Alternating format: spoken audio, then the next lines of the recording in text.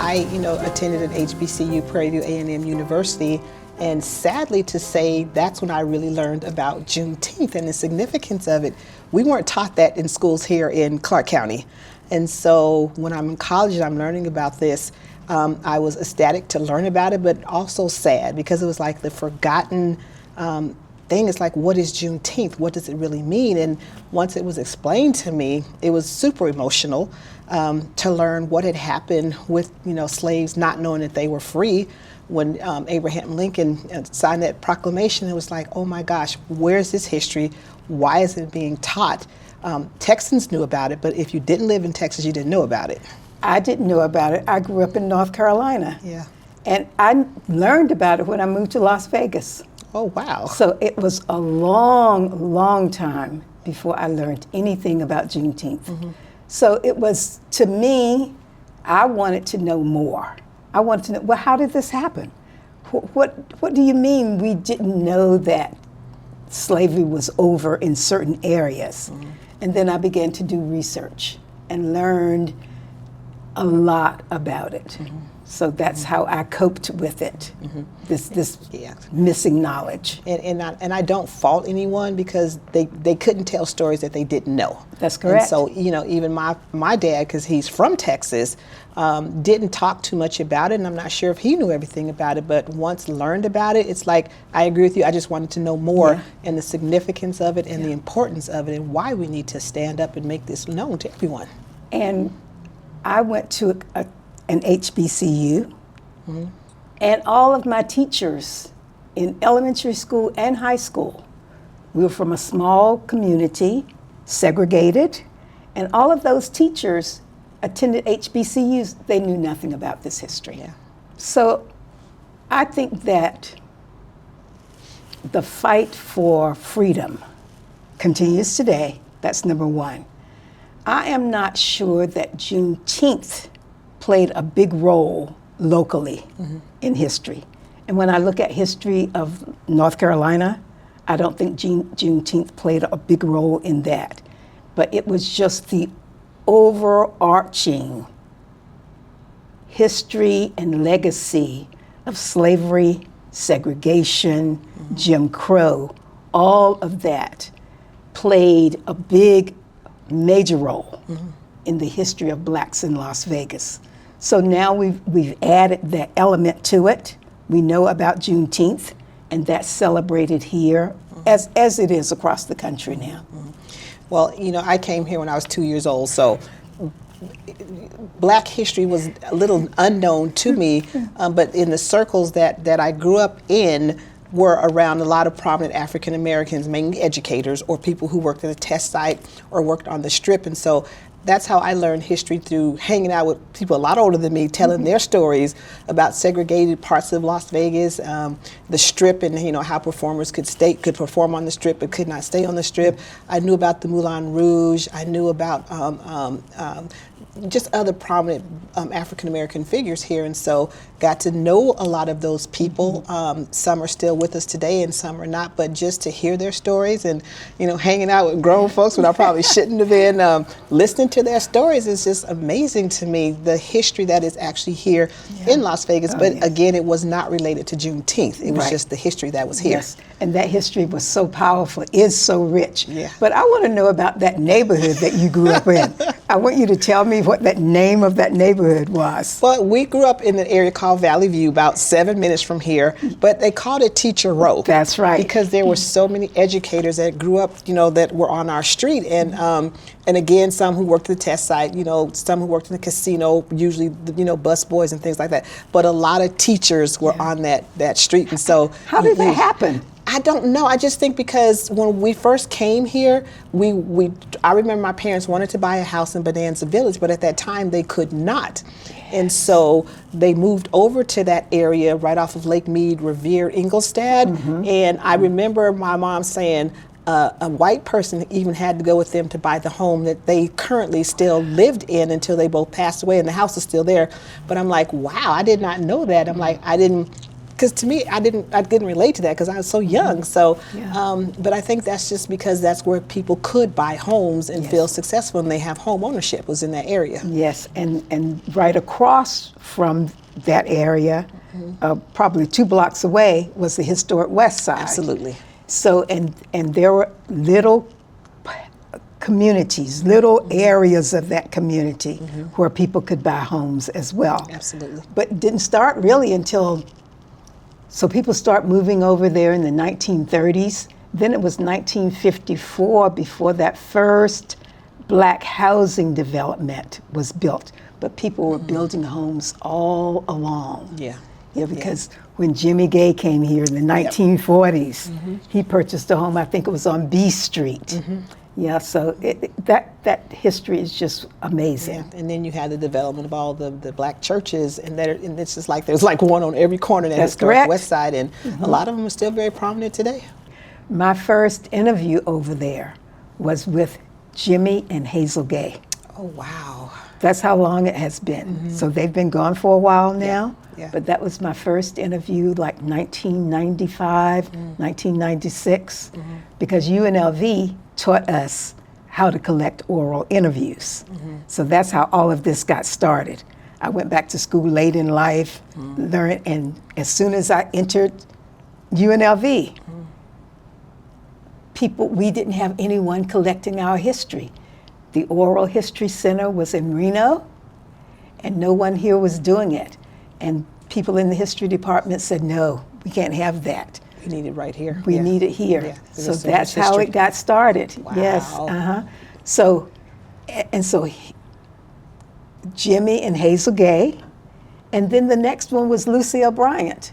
So I went from Fordyce to Tallulah. Oh my goodness, I didn't know that. Start learning the history of both of the places where a lot of those early migrants came from. A lot came from Tallulah. But your family came through an Indian. Tell me about the Indian reservation. My parents, my dad's from Texarkana, Texas. My mom was born in Memphis but grew up in Little Rock. And so he was teaching in Hope, Arkansas, I believe. I'm trying to go back through that oral history interview. Yes. And I think she was teaching, because I know she majored in home economics. And so we have actually gone to Hope, Arkansas. It's just a little depressing town, and people just sit on their porches and they just wave like they wave in slow motion. I'm like, okay, this is not good. And my dad's like, I'm going west. If you want to come, then you better come. And I remember my grandmother did not want her to go, because my dad was a character back then. She's like, you little country girl, you can't go. So she went, and so my brother and sister were born in LA, and they stayed there a few years, and then they needed teachers on a Navajo Indian reservation in Gouldens, Utah. I just know it's where the Four Corners meet in San Juan County in Kayenta, Arizona. And yes, I was born in a hospital. Just want to put that out there because people ask me all the time, were you born in a hospital? Yes, I was.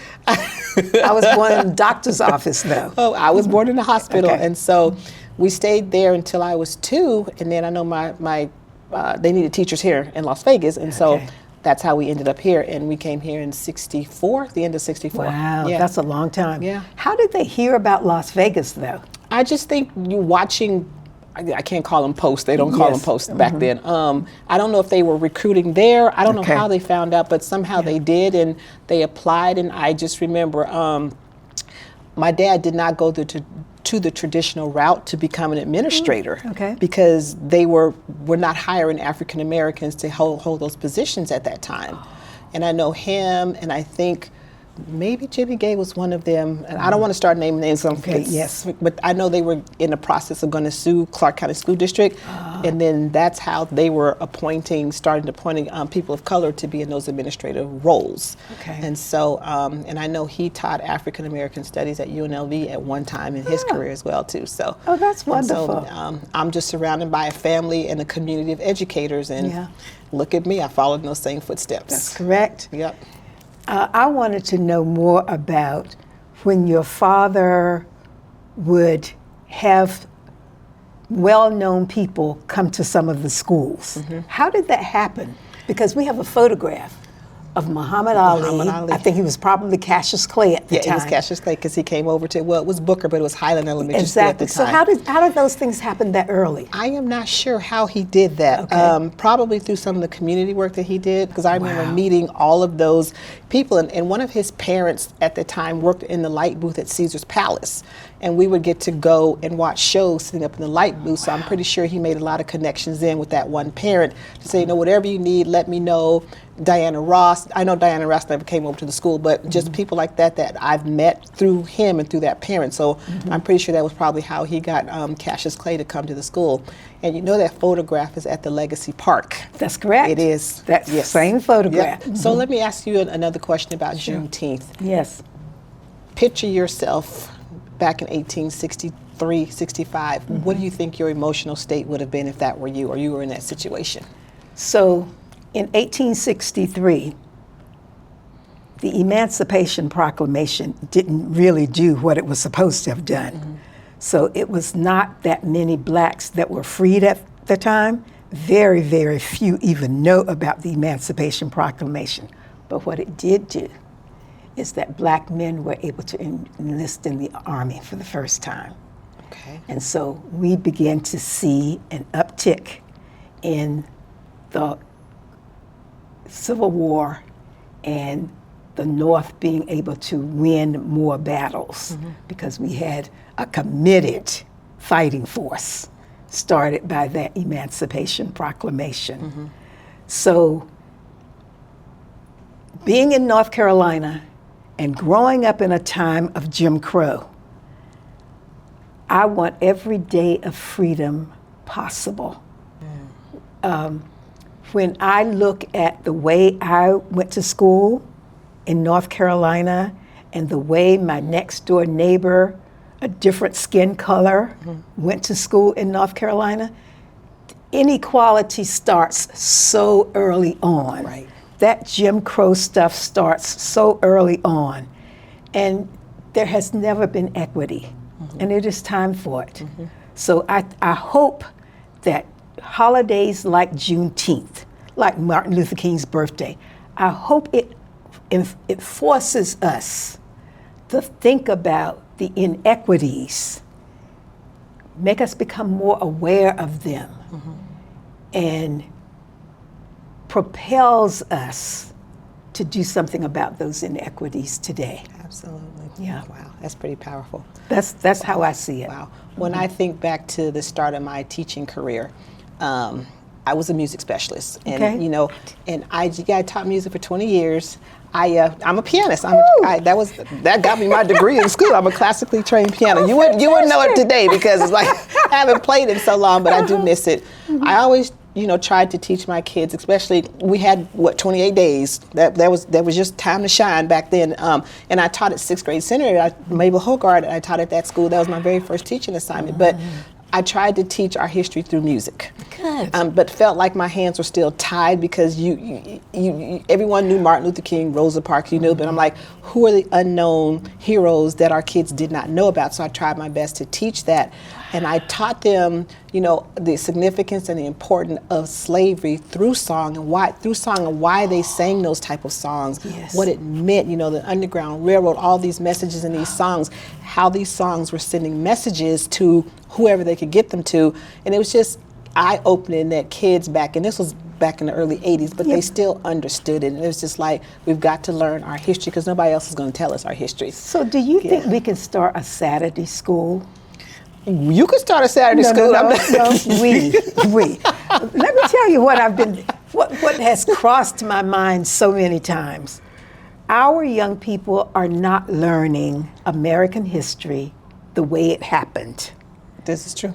We learn about a few incidents, and every once in a while, a black person appears along the way. When so many black events and black people are left out completely, how do we teach that? I didn't get black history until I went to UNLV in the mid-1990s. And we had some professors who taught the history of the South. And they taught it in a way that I said, wow, all of that happened? And at that time, it was not just a textbook, but they had all kinds of monographs and all kinds of writings from different historians, and they would assign all those books. And you didn't have to buy all of them. You could go to the library. I purchased every one. Oh my goodness. And still have them right now. Wow. I still have every one of those books. And that started my curiosity. And then I would take classes that weren't even aligned with my major. Black Studies classes under Roosevelt Fitzgerald. Do you remember Roosevelt Fitzgerald? He used to write a column in the black newspaper here. Yep. Well, he was still teaching at UNLV in the 1990s, and I took some of his classes. I just stayed on campus even longer than I had to learn more and more about Black Thirst history. for knowledge. Yes, didn't even know what it was called. It was a thirst, but that's what it was. Yeah. And I just continued to learn about it. Wow. Yeah. Wow. Well, I share this story often when my mother just would always say, finish school. And I'm like, okay, I finished school. And so college was not in my forte. And I'm like, going to college, I am good. I finished school. And she just told me one day, she said, if you don't go to college, you can't stay here. So I'm like, is she telling me to get out of her house? So I went to college, but then, I knew my dad had gone to Prairie View. And so I'm like, I hadn't applied for any schools because I wasn't going to college. Why wouldn't you want to go to college? You had two college-educated parents. She told me to finish school, and that's what I did. So I just thought, the world's just going to come, and there it is. You get out in the world, and it's all good. But I know that was not what really happened at all. So I applied, and I got in, probably just because he went there. And, yes. But it scared me to death because coming from here, going to an HBCU, and there's just a sea of people that look like me when I got on that campus that first day, and I'm like, okay, what am I gonna do now? I'm like, I'm ready to go home. I got homesick, and they're like, oh no, you're there, you're not coming home. But it turned out to be the greatest experience of my life. It's hard to put into words that experience of people knowing your name. My freshman English teacher, I walked in there sashaying down to the front row late one day, and she looked at me and she said, are you Pamela Goynes? First of all, how do you know who I am? And she's like, you're too early for my next class. So I picked up my stuff and I just walked right back up out of the auditorium. I'm like, and that just taught me so much. But I'm like, you couldn't get away with anything. It was like you had your own set of parents and all those professors down here who cared about you, who knew you by name, and they were going to make sure you succeeded and you were not going to fail. Well, my brother almost flunked out, but he's another story. But we were not going to fail just because it's just the caring there, and then just made sure that we knew who we were. So that just taught me, self-confidence, to be motivated and believe in who I am as an African American woman, and that you are somebody and you can do it. And so that was just pretty amazing for me, just that experience. Yeah. So my first day at a HBCU was really completely different.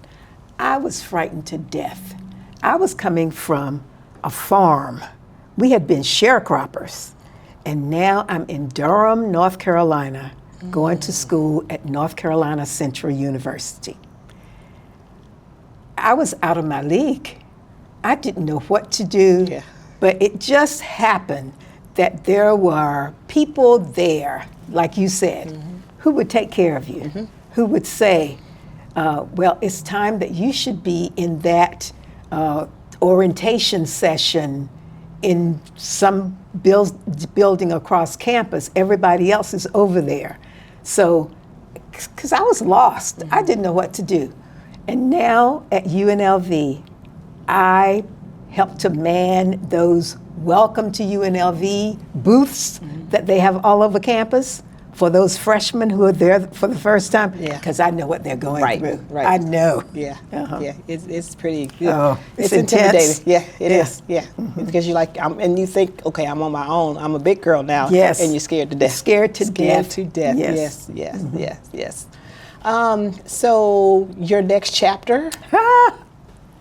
So my next chapter is I'm going to retire from UNLV at the end of this year.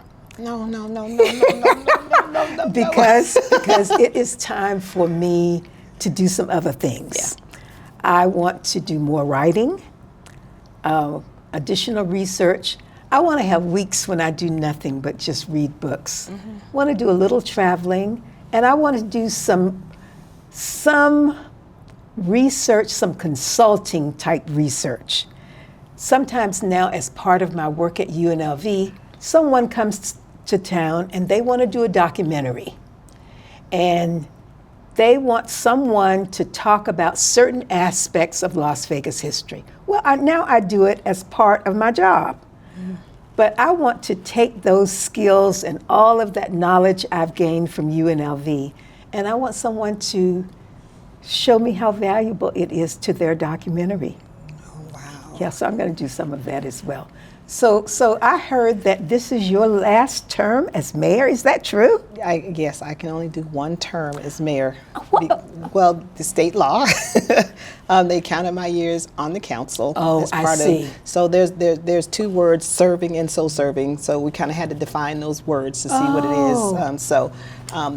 In my opinion only, there's such a distinct difference between the two roles now that I'm in this space between mayor and council. So to me, they're two separate positions, but they count them as, because I have one vote just like my council people. And so I don't have any more power on that space than they do. So I get it. And when I think about it, I try not to think about it because it has been such a rewarding career. I'm loving every single day of it. I work with fabulous people, and we all have a shared vision and shared goals. I get really sad. But then on the flip side of that, I'm really proud of the accomplishments that we have done and the ongoing work that we're going to do. So I don't want to think about that end piece in regards to that's the end of my career period. But there comes a time when you have to realize, okay, you've done what you could do, you did your best, and I hope I'm doing my best. You got to cut the curtain, cut that apron string, so to speak. And so I don't know. So but I just mentioned the revitalization efforts in the West Side. Yes. But you have been part of revitalizing North Las Vegas. Yes. Tell me a little bit about that big piece of property. What is it called? Apex? Apex. So we read about it in the newspaper. Tell me about that. Apex is and going to be the greatest industrial park in the nation as far as I'm concerned. It is an area that will bring in Fortune 500 companies. We have a couple out there already, and it's going to. The interest is just continuing to grow. It'll be its own separate mecca, in my opinion, once fully developed. And so we're working really, really hard on making sure that all the infrastructure is in place, and that we're speaking to these companies that want to come here because the time is now to build here, especially in Southern Nevada and in North Las Vegas. The way we do business is pretty attractive here. We move at the speed of business, and so we're able to get permitting and things like that done at a faster pace, and so that's very attractive to developers that want to come in and build in here in our city. So I'm so excited about that. It's been a long time coming. Yes. Yes. That is great. Yeah, it's been great. And I just think about, since you mentioned the historic West Side, the growth that I've seen since coming here when there was nothing. And just to see the growth, once you cross our boundaries at Lake Mead Boulevard, once you head south off going that way into the historic West Side, it's just phenomenal. And I just see the work that's being done over there. And then as we're revitalizing our downtown area, that Rancho, Lake Mead corridor, it's just going to be a spectacular place all the way around. So you know that I just moved. Did you move to North Las Vegas? Well, I'm close. Okay. I'm close. I'm on Rancho between Vegas Drive and Lake Mead. Oh, then you're close. I'm really close. I'm in Absolutely. 89106. Yes. It's a new development. Okay. Townhouses. There are 2 levels. It's exactly what I wanted. Yes. And so I moved in there in March. I've been there for 2 months, 3 months now. But isn't it nice to have options and choices now? Options and choices, and right down the street is what you were talking about. All of that new development is coming. Yeah. I am going to be in the middle of new housing and all kinds of businesses and all kinds of retail and movie theaters. Retail. Yes. I It's can't pretty wait. phenomenal. It's exciting. Yes. Very much exciting. So we're proud. I mean, we've been working very, very hard, and we have a strategic plan that's going to take us over the next 5 years. So we're so excited about that. Oh, great. Yeah. It's amazing. It is. So with just people that have migrated here from the South or other cities, just their knowledge or their level of understanding the importance of Juneteenth. I just want to, just that to be known, because we do our Juneteenth ceremony here, and I know we're one of the first municipalities to recognize Juneteenth for the city, for our employees here.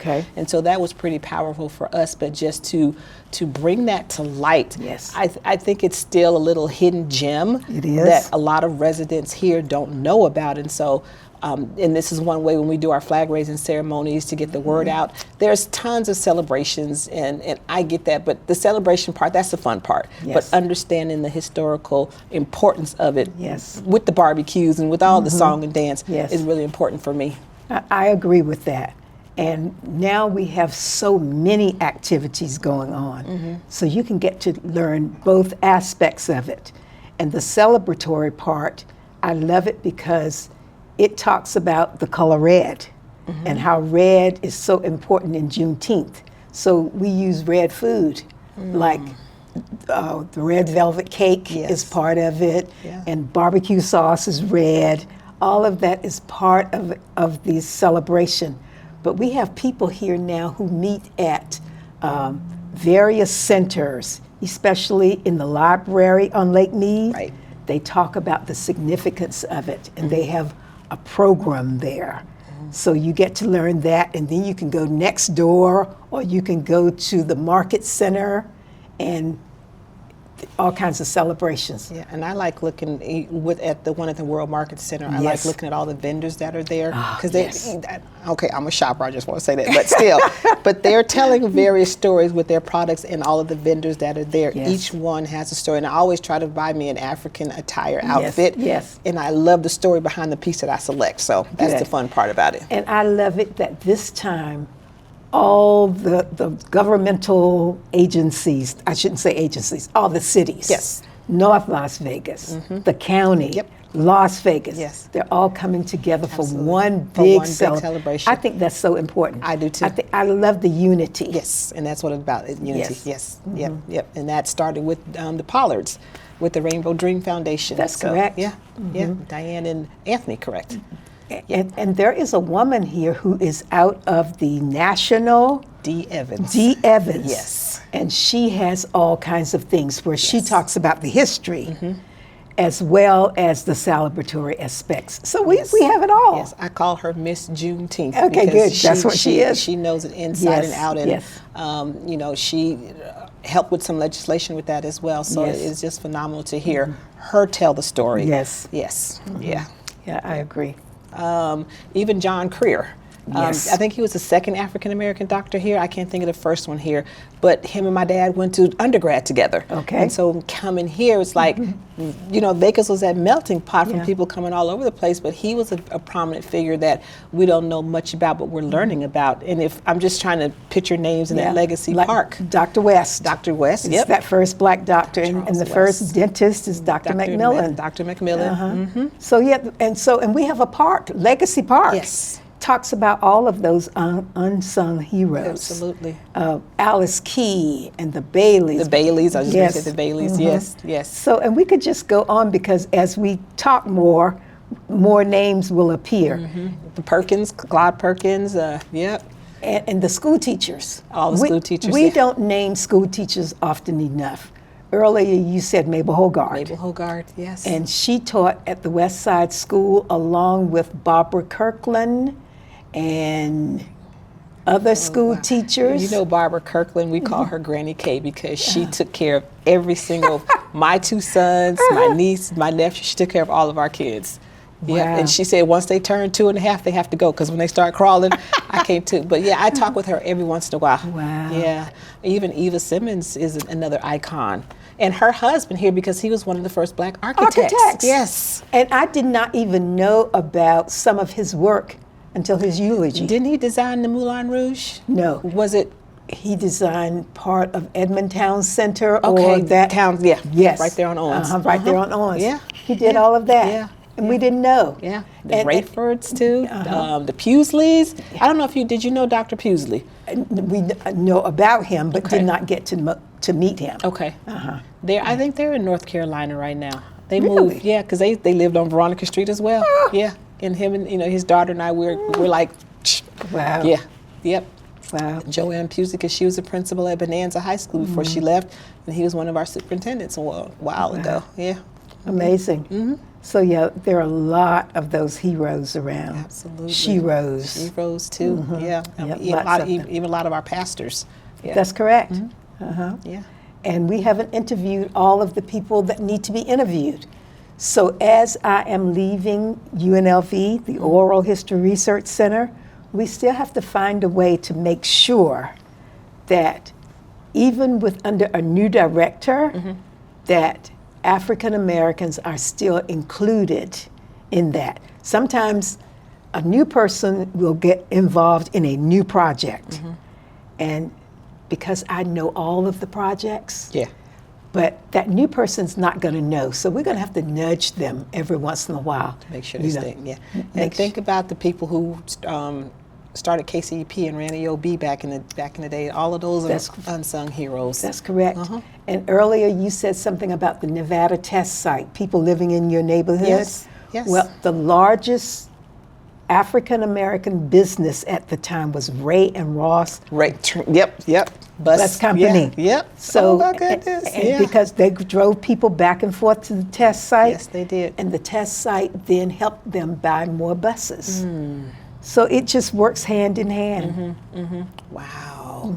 Oh my goodness. Yeah. Wow. It's amazing. It The is. history that came out of these small, very concentrated, very cohesive neighborhoods. Man. And just all the performers that were at the Moulin Rouge at the time. Yes. Yeah. Yeah. Who would come in, even if they weren't hired, they would still come in and do like jam sessions. And then didn't we have the first, was she a dealer or casino owner? I can't think of her name right now. Sarah Ann Knight Preddy. There you go. And she lived around the corner. Okay. Right there on the corner of Van Nert and Matheson. So she got her first gaming license, not in Las Vegas, but in a little place called called Hawthorne. Hawthorne, Nevada, right? Hawthorne, Nevada. Yep. She and her husband moved there during World War II. He had a job at the ammunition depot, and she found this club that was for sale. She borrowed the money from her father, and she got a gaming license and opened that club. Wow, interesting. Yeah. Wow. Just memories. It's great history. Yeah. It's just great history. Yeah. Well, everybody knew him. There's not a person I know that did not know Mr. Goynes. But just watching him as a public servant, when he was campaigning for city council, we were out there knocking on doors, and I'm like, I swear I hated it every minute of it. But on that other aspect, I loved it because we got to know our community, and so we had to learn every house in North Las Vegas, which was so much smaller back then. But just knocking on doors and saying, this is my dad, vote for him, and this is why you should vote for him. And so he was successful. He was appointed first before he ran for before he was elected. And so running those campaigns and being there, we were all a part of it. It was always a family affair. If he had to go to a convention, if he went to a conference, everybody was going. Wow. We didn't have a choice. It's like, you're going, and I'm so grateful for that because that's how I got to watch what he did and learn the compassion he had for community and for what he did. And so even as an educator, all the schools that he worked at, people just liked him, and he was just, and to me, he was just dad, and not just dad, but he was dad. And he had this sense of humor that was different. Gosh, yes, he has, up until the very end, he still had that sense of humor. And just an example, I would go over there and I'd say, "Hi, Dad, how are you today?" He'd look at me and say, "Why are you a doctor?" And I'd be like, "I just want to know how you doing today." Just those kind of things, just so sarcastic all the time. And so even at the old city hall across the street here, we'd have to go to council meetings. You remember Lewis Connor, I'm sure. That's correct. And he worked with my dad a lot. Herb Freeman, what's our coach? The coach's name, basketball coach. Bill Evans. Okay. So those are all the people that my dad hung around because they were all Kappas, and they were at our house all the time in the mischief. But we would like to play out on the grass, and he would say, we're going to vote on something, so you need to come in here and sit in here and listen. I'm like, but for what? I just want to go run and play on the grass. And so we were in there for council meetings and probably learning while I did not know I was learning. Yes. And just kind of always looked up to him as my hero because he was such a kind-hearted person. Now, my mother was the disciplinarian. Okay. My dad was that soft-spoken person, but you knew when he meant business. And so, like I said, when I went to college, I said, I don't know what I'm gonna do with myself. I knew I had to play the piano, and so I said, okay, I'll be a music teacher because I wasn't gonna be a professional pianist because I wasn't sitting in the box. I'm like, I need to be out there enjoying college. Okay. And so, and I just went on from there, and glad I did that, but nothing was planned. And so someone said, you know what, you ought to go into administration. I'm like, okay, so I did. And then, you know, just tried to pattern myself after him, watching him and his educational career.